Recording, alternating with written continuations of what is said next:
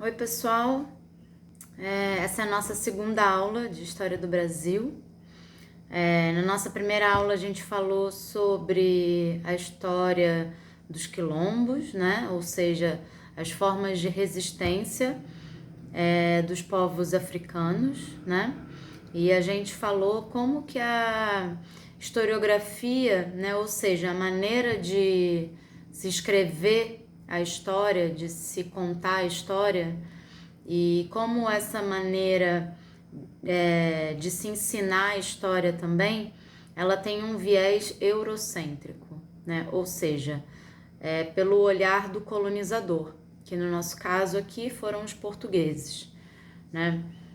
Então, essa história eurocêntrica, né? Por exemplo, a gente viu na aula passada que ela invisibilizou e inferiorizou determinados povos, né, como os africanos e afrodescendentes, né, ao dizer que eles, por exemplo, não tinham, eles foram passivos à escravidão, né, eles não tiveram lutas de resistência contra a escravidão, e a gente viu que não foi bem assim, né, que existem outras formas de se escrever a história.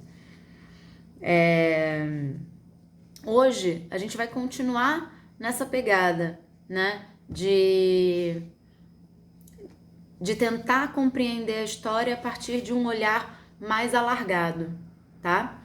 E a gente vai falar sobre o Brasil pré-colonial, né? Ou seja, o Brasil antes da chegada dos portugueses.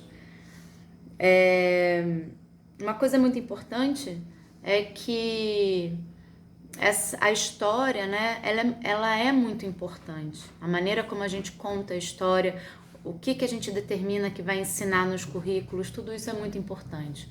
Porque a história é poder, né? E ter o poder de caracterizar os povos e de hierarquizar os povos,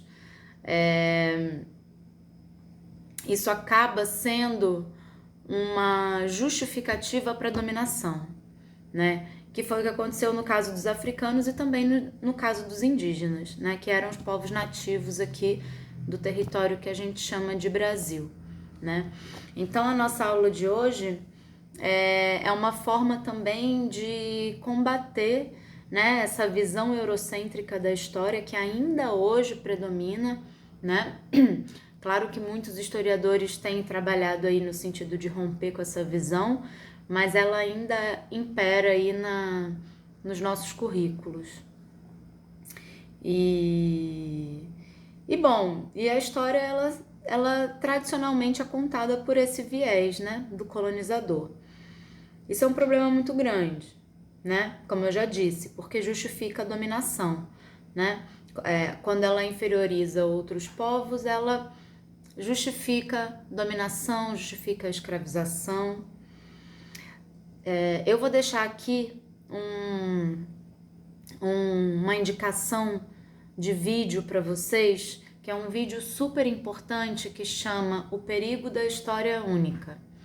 É um vídeo de uma autora chamada Chimamanda Adichie, ela é nigeriana e ela fala exatamente isso, né? Sobre o que essa história contada somente por um ângulo ela pode causar nas pessoas, tá? Então acho que isso vai ajudar vocês a entenderem mais o que a gente está falando aqui, tá bom? Bom, tendo tudo isso em mente, a gente segue para nossa aula de hoje, que é sobre o Brasil pré-colonial.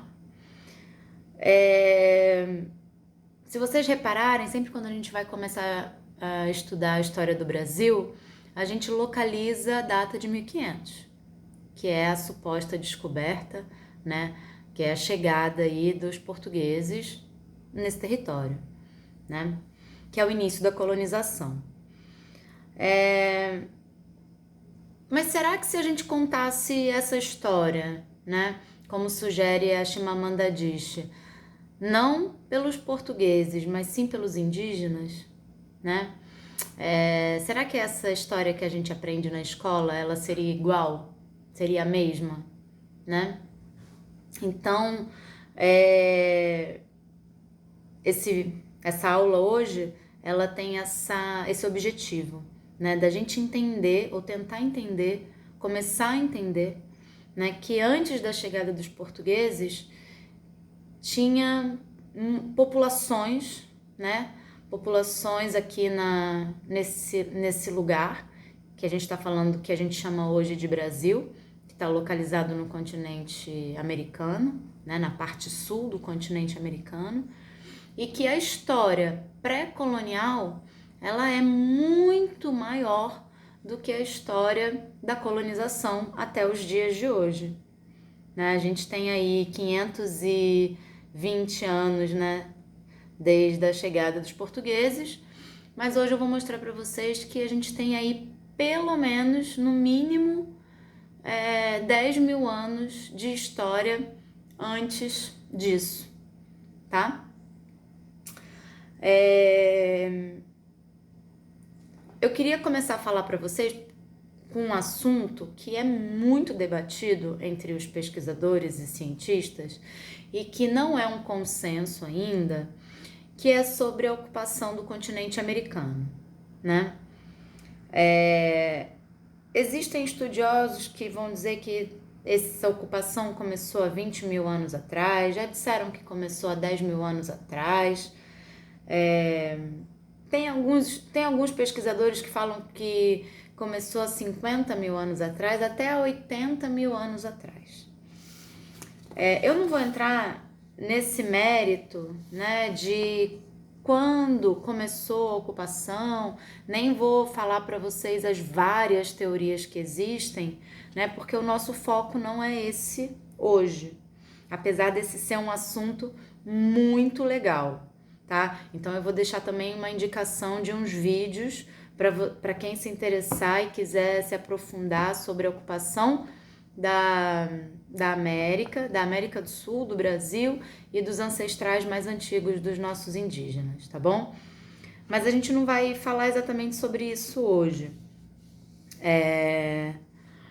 O fato, né, é que, embora não tenha esse consenso de como, né, os seres humanos chegaram aqui na América, né, embora não tenha esse consenso, cada dia que passa, a gente tem aí uma descoberta nova,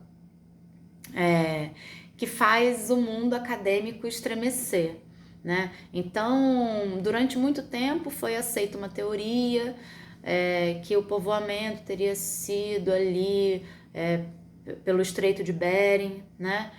Uma ligação entre a Sibéria e o Alasca, que essas populações teriam entrado pela América do Norte e teriam ido, né, por terra até a América do Sul. Essa teoria ela ficou conhecida como cultura Clovis, né, que teriam sido as primeiras culturas da América do Norte, né? Hoje ela não é mais aceita, já existem outras, porque tiveram outras descobertas, né, que contestam essa teoria, né, inclusive com artefatos aí e vestígios humanos na América do Sul, muito mais antigos do que a cultura Clovis, né? Mas essa disputa, ela é muito grande, né? Ela é muito grande, existem várias descobertas e o que eu queria que vocês percebessem aqui, né, é que de 1500 para cá, como eu já disse, a gente tem 520 anos, né? Mas se a gente for pegar aí uma idade mínima da ocupação americana, né? Vamos supor aí, vamos falar de 10 mil anos atrás, 15 mil anos atrás, né? Já é tempo pra caramba. E se a gente colocar em proporção, né? O que são 520 anos perto de 10 mil anos? Então, nessa história pré-colonial, a gente tem o desenvolvimento aí de muitas civilizações, muitas sociedades, muitos povos, muita sabedoria, né? Produção cultural, né? Que foi silenciada durante muito tempo. tá? Pela nossa maneira de contar a história, né? E que faz muita diferença isso pra gente hoje.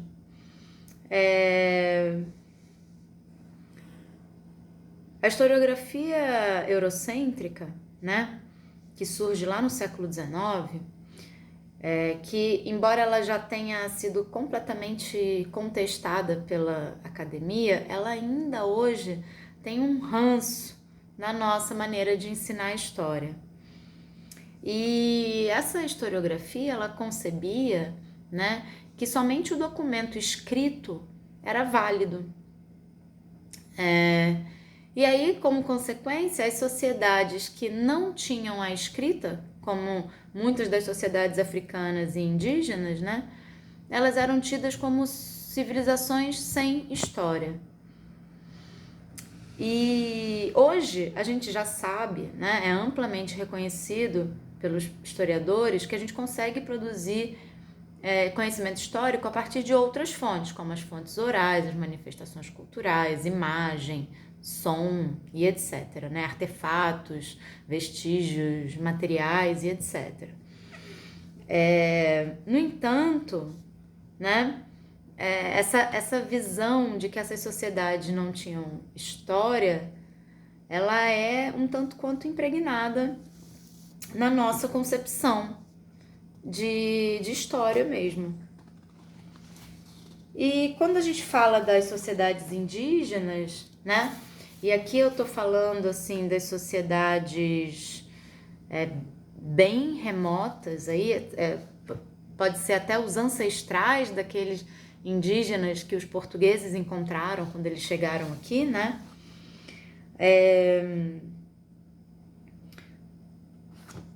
Quando a gente fala dessas sociedades, a gente tem uma maneira de produzir conhecimento histórico que é através, né, das pesquisas arqueológicas, principalmente, né? E no nosso país tem pesquisadores muito importantes que vão falar sobre isso. Eu queria fazer um parênteses com vocês, porque na nossa próxima aula a gente vai falar sobre as sociedades indígenas, né? E sobre o conhecimento dessas sociedades, desde lá do início da colonização, ou um pouco antes, né, dessa colonização, como elas não tinham escrita, a gente tem aí o desenvolvimento de outros tipos de fontes para falar, para a produção de conhecimento dessas sociedades, como, por exemplo, a análise antropológica, né? A análise das mitologias, dos mitos indígenas, também a arqueologia, né? Os relatos orais e etc. Tá? Por que eu tô falando isso? Porque dentro dessa lógica eurocêntrica, somente conseguia produzir conhecimento das sociedades que tinham escrita. Consequentemente, a gente só conseguia ter conhecimento dessas sociedades indígenas a partir da chegada dos portugueses com os seus relatos sobre elas, né? E de novo aí, o relato do português sobre o indígena é diferente do relato do indígena sobre o indígena. São lógicas completamente diferentes. Mas a gente vai falar sobre isso na próxima aula. Hoje, eu queria falar para vocês sobre essas pesquisas arqueológicas, né, desse passado bem remoto, né? E eu queria falar para vocês